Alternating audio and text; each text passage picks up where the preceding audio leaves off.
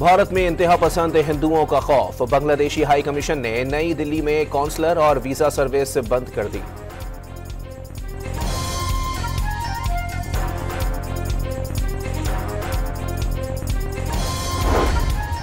पाकिस्तान से हार पर भारतीय बोर्ड का टीम मैनेजमेंट से जवाब तलबी का फैसला। भारतीय मीडिया के मुताबिक हेड कोच से शिकस्त पर बासपुर्स की जाएगी। एशिया कप फाइनल में भारत को धूल चटाने वाली अंडर 19 क्रिकेट टीम के एजाज में वजीर आजम का सोहराना। खिलाड़ियों के लिए 1-1 करोड़, टीम मैनेजमेंट के लिए 25-25 लाख रुपए इनाम का ऐलान।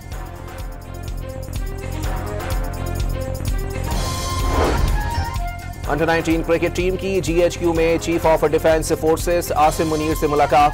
बेहतरीन कारकर्दगी के लिए पेशावराना महारत के आला मयार को बरकरार रखें, फील्ड मार्शल की गुफ्तगू।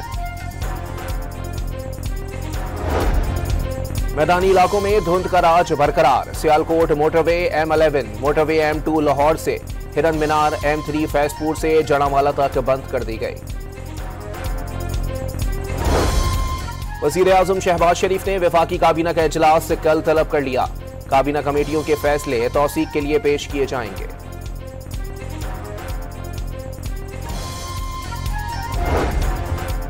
इलेक्शन कमीशन ने साल 2026 के पहले हफ्ते की कॉज लिस्ट जारी कर दी। PP 116 NA 4 से मुताल्लिक केसेस की समाअत 6 जनवरी को होगी। PIA निजकारी के लिए 75% हिस्सेस की बोली का इनेकाद कल होगा। दिन 3:30 बजे बोली दहिंदगान की मौजूदगी में बोलियां खोली जाएंगी।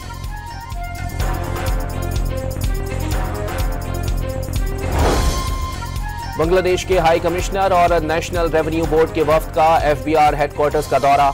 इकबाल हुसैन की राशिद महमूद लंगड़ियाल से मुलाकात में दो तरफा ताउन मजबूत बनाने पर इत्तेफाक।